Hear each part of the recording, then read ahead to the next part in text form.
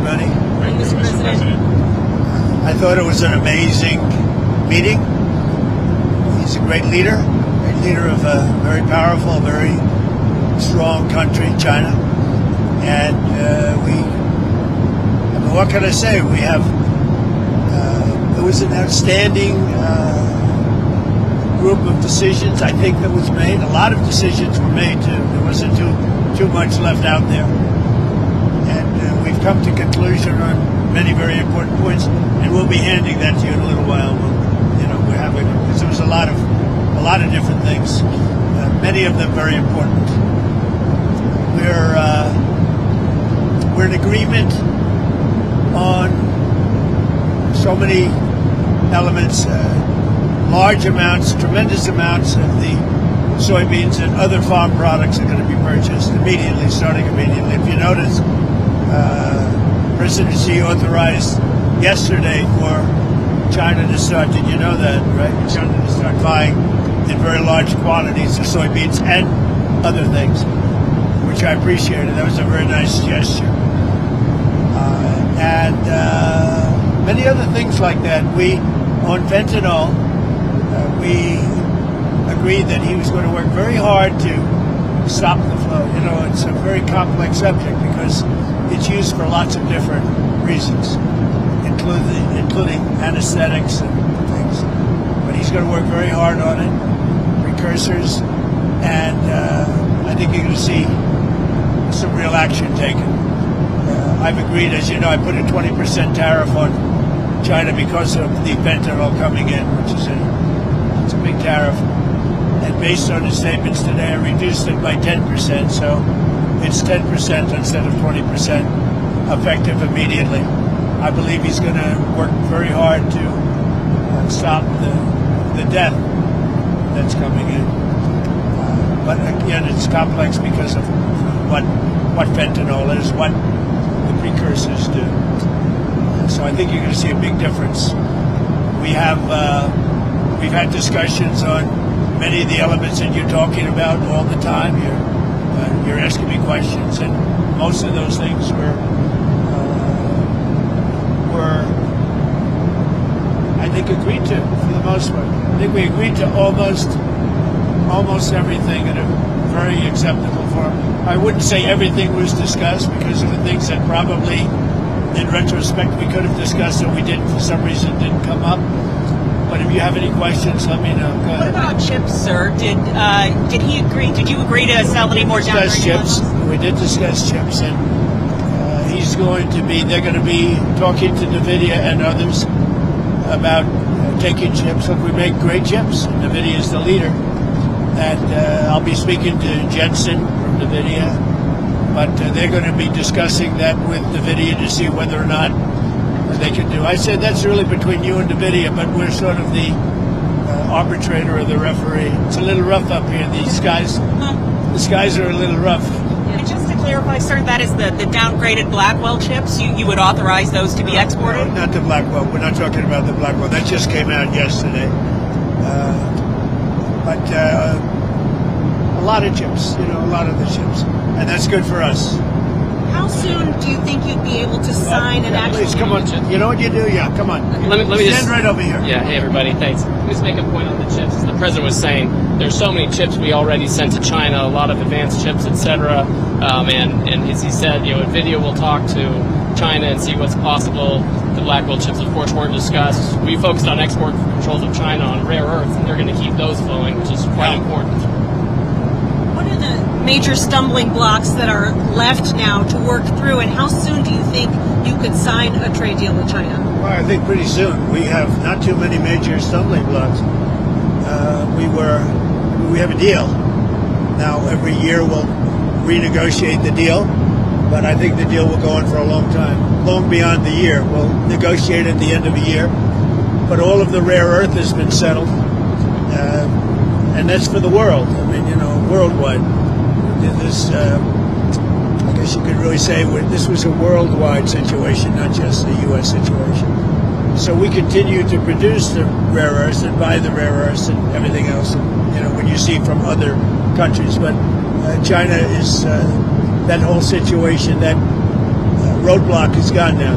There's no roadblock at all on rare earth. That will hopefully disappear from our vocabulary for a little while. So is that a 1 year pause on the policy they announced? It's a 1 year agreement, and we'll extend it after a year. And what will like we do?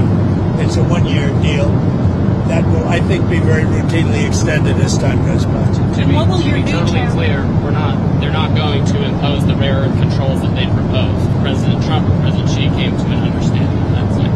What will your new tariff rate on China's goods be once you sign the deal? Other than what the tariffs remain exactly the same. 55%. It's about it was 57. Now it's 47. And how long? Because we reduced it by the fentanyl, and because I believe they are really taking strong action. We've already seen the action on fentanyl, and they're taking very strong action. So we reduced to 10%. So that November date is gone when it was going to go up again? Yeah. Okay. That's right. So on fentanyl, they've agreed there are a variety of precursors. You may recall that actual fentanyl was scheduled by China in the president's first term successfully. There are certain precursors where they take whatever actions they need to control that. If they can control rare earths, we know they can control the precursors. And President Xi, I think, was very strong in saying he was going to enforce those laws internally. And of course, we'll watch that. And we'll He's going to be very strong in enforcing the fentanyl, everything having to do with fentanyl and regulations internally, including taking very strong measures against those that don't obey. And a variety of other tariffs still remain. Section 301 tariffs from the original, a variety of Section 232 tariffs. Some of these tariffs are, as the president mentioned, around 40%. For some individual products, it may go up to 100%, but as a general matter, it's about 45, 47%. So, sir, it sounds like you might be going to China then after the successful meeting. That's another thing we agreed. I'll be going to China in April, and he'll be coming here sometime after that, whether it's in Florida, Palm Beach, or Washington, D.C. Did you read anything on the shipping fees, the 301 shipping investigation? Well, that's been. So we're going to postpone that while we negotiate with them about that issue. We're trying to rebuild shipbuilding. The Cranes just agreed to invest $150 billion in shipbuilding, so we think we have a good path forward. But that's no longer an issue. Did the war in Ukraine or Taiwan come up? We discussed that, and we discussed basically these are rough winds in Asia. I must tell you, this is a rough flight. We could have waited an hour, maybe. This is a little tough. These are tough conditions for interviews. You know, they're going to be watching Trump. They're going to say, he didn't look too good. He's got the shakes. I don't have the shakes, but people are going to think I do. You're pretty solid. So Ukraine, it came up? Yeah, it did come up. Ukraine came up very strongly. We talked about it for a long time. And we're both going to work together to see if we can get something done. We agree the sides are, locked in and fighting. And sometimes you have to let them fight, I guess. Crazy. But he's going to help us, and we're going to work together on Ukraine. There's not a lot more we can do. The oil, he's been buying oil from Russia for a long time. It takes care of a big part of China. And, I can say India's been very good on that front. But we didn't really discuss the oil. We discussed working together to see if we could get that war finished. It doesn't affect China. It doesn't affect us. And I'd like to see it done on the basis. I don't like to see 6, 7, 8,000 young people, mostly young people, for the most part soldiers, be killed. It's not costing us anything. In fact, we make money, and I don't even want to talk about making money. I don't care about making money in that case. But, we send weapons to NATO. They buy full price. They buy the weapons. They give them to whoever, but I think they give them probably to Ukraine for the most part. And we discussed it. We discussed all that. We're going to work together to try and get the war with Russia and Ukraine solved. What about the Taiwan issue, sir? It never came up. Taiwan never came up. It's not discussed, actually. What else didn't come up that you thought might come up? You had mentioned you didn't get to everything. We had a long meeting, as you know, but a lot of things we discussed in great detail. A lot of things we brought to finalization. A lot of finalization. I thought it was a great meeting. I think it was a very friendly meeting. It was a good meeting for two very large, powerful countries. And that's the way we should get along with the large, powerful. Why did you write your Truth Social about nuclear testing. What about resuming nuclear testing? What prompted you to do that right before the meeting? It had to do with others. They seem to all be nuclear testing. Russia? We have more nuclear weapons than anybody. We don't do testing. You know, we've halted it many years ago. But with others doing testing, I think it's appropriate that we do also. Any details around the testing, sir? Like where, when? It'll be announced. You know, we have test sites. It'll be announced. Did Israel give you a heads up before they bombed Gaza? And is it still a ceasefire if they're stopping? Ceasefire. It is. No, they had a sniper, and one of their soldiers were killed, and they did retribution. So we'll see. But yeah, it is a ceasefire.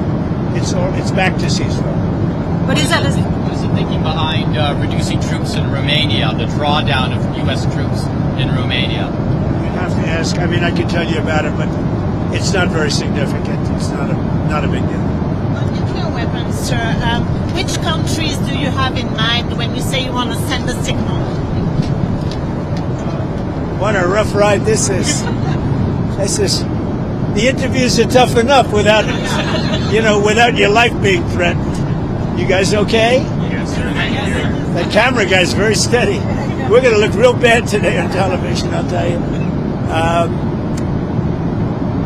I think that, it's pretty much, I think we've discussed mostly what we said, pretty comprehensive. We're going to issue a statement on some of the details. But overall, I guess on the scale of from 0 to 10, with 10 being the best, I would say the meeting was a 12. Okay, I think it was a 12.